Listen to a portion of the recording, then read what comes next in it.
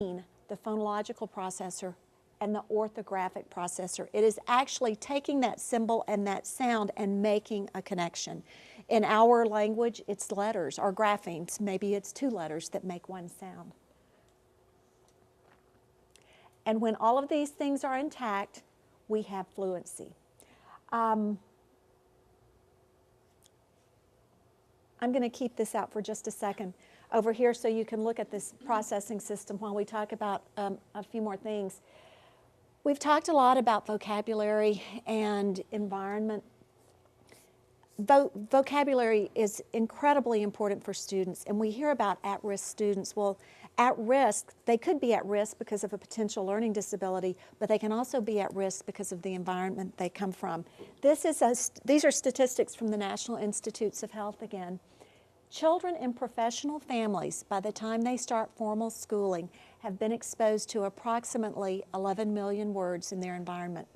Children in working class families have been exposed to 6 million words in their environment, and children in welfare families have been exposed to only 3 million words in their environment. A few years ago, when we started our first class of dyslexia therapist training, we had two little boys. One was from a family who they have grandparents have a ranch. He's grown up around horses. The other little boy, who's doing a model lesson, is being raised by his great-grandmother, who called and wouldn't take no for an answer, even though they couldn't afford any services. His mother had had him at 16, her mother had had her at 16, and the great-grandmother had this child, and thank heavens the great-grandmother cared that the 12-year-old boy couldn't read. In fact, he did not have 10 sight words. So they're doing their first lesson in front of our trainees, and our trainer said, I want you to tell me what sounds are in bit. Well, the little boy from the ranching family is ADHD as well. Bit, are you talking about a little bit or a bit that's in a horse's mouth? Well, he's trying to think of a meaning, and the other child, he wasn't even thinking about the word bit. So that vocabulary is so important, and kind of off of dyslexia, it is so important for us to read to our kids when they're young and get that vocabulary going and talk to them. Sally Shaywitz, and I brought her book. If there is one book that I think is kind of an all-around best of dyslexia, it's Overcoming Dyslexia. This book is good for parents, it is good for teachers, it is good for doctors. We had a pediatric neurologist who offices next door come over and say, I think I've got a lot of dyslexic students I see. Do you have anything I could read about it? I gave him this book. He did bring it back in less than 2 days. But it's just got a lot of good information. I would encourage everyone to make sure that your school, I guess you're all in one school, but I encourage all schools to try to have at least one copy because it's a great book. But Sally Shaywitz points out the amount of time spent reading each day. If you look at over here, less than 1 minute a day, a student is exposed to about 8,000 words a year. 4.6 minutes a day, they get up to 282,000 words a year. And look what happens when they read 20 minutes a day. It boosts them up to 1.8 million words a year. Well, we all want our kids to read at least 20 minutes a day. Wonder why? It's a pretty impressive graph. I lost my thing, didn't I? This is just another way to look at the acquisition of language skills. This is from Unlocking Literacy by Marcia Henry, who's done a lot of phenomenal work. She points out in kindergarten we expect them to master phonological awareness skills, first grade, alphabet and recognition and sounds, second grade Anglo-Saxon words, and I will point out that knowing the roots of our language from Anglo-Saxon to Latin to Greek, we are a Germanic language. We are an Anglo-Saxon based language. Well, guess what? Those most common instant words, the most frequent words that we're asking our kids to learn are the hardest to read and spell because they're irregular. They tend to be one syllable. They tend to be names of common things like arm, head. They have digraphs, lots of silent letters, but those are the first words we ask our kids to learn. Then third grade up, we start adding more complex words and end up getting Latin roots and Greek combining forms. And as Carolyn mentioned earlier, our dyslexic students do not see these pieces and words. We need to teach them to identify the word parts. Interesting numbers here. The correlation between decoding and comprehension, and if you'll look at this, in first grade the correlation is 0.89. In other words, it's almost 100%. If they can decode, they can comprehend. By the time they get to 8th grade, it's still pretty strong at 0.63. And in statistics, which is something important in the field of psychology, if we square a correlation, we get the proportion of variance, which basically, in a nutshell, is the piece of the pie. How much of the piece of the pie does one thing account for in another? So if we square that, the piece of the pie in first grade is 79%.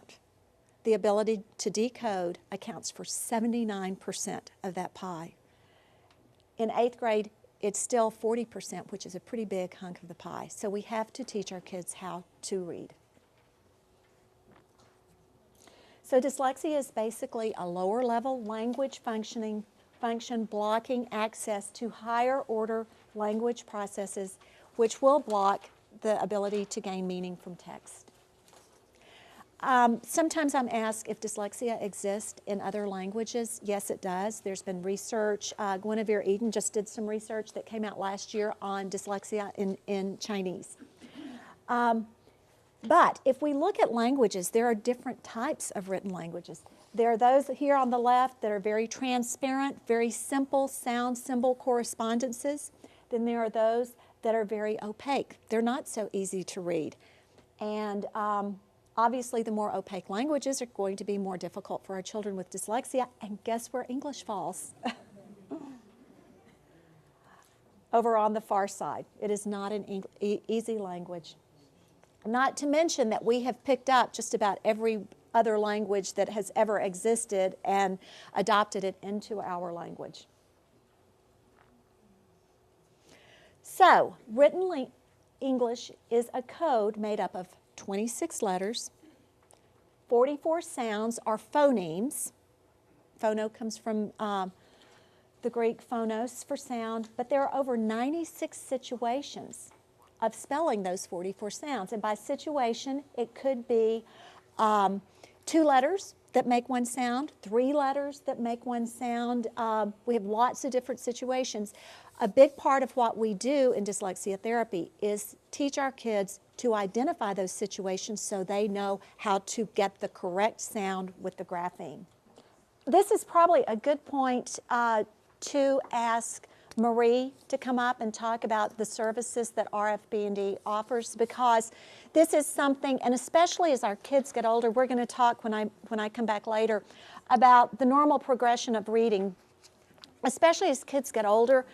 4th grade on, they're no longer learning to read, but they're reading to learn. And as Carolyn mentioned about vocabulary, if they're not reading, they are falling farther and farther behind. So RFB&D offers really valuable sources that can help our kids all the way through school.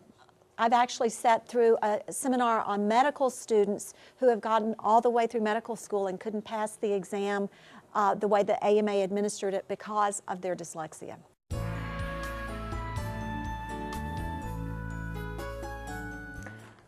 Hi, my name's Marie Lydiard, and I'm the Area Director of the Mountains and Plains region of Recording for the Blind and Dyslexic. Thank you for taking the time to watch this DVD. I hope that it was helpful and informative.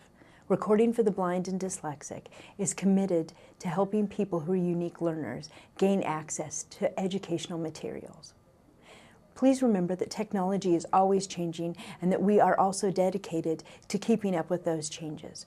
Check our website, www.rfbd.org, frequently for updates on technology and services. At RFB&D, we're about personal achievement. We understand that all people learn differently and may need options to achieve their full potential. Therefore, we are devoted to helping individuals grow and succeed academically when access and/or reading are barriers to their learning. We will succeed by partnering with our communities and being a champion for those we serve so that they may have the most accessible and effective solutions to achieve their personal best. Our vision is for all people to have equal opportunities to learn.